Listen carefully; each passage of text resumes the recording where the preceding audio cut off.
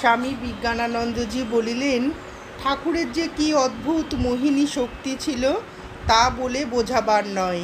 যে তাকে একবার দেখেছে সেই চিরকালের জন্য তারই প্রতি আকৃষ্ট হয়েছে।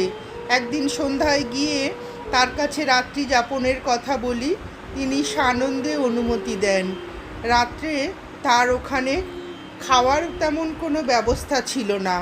মা কালীর ভোগের প্রসাদই আসতো তার জন্য, তা থেকে তিনি একটু খেতেন, আর যারা তার কাছে রাত্রে থাকতেন তাদেরও সেই প্রসাদ একটু একটু খেয়ে রাত কাটাতে হতো।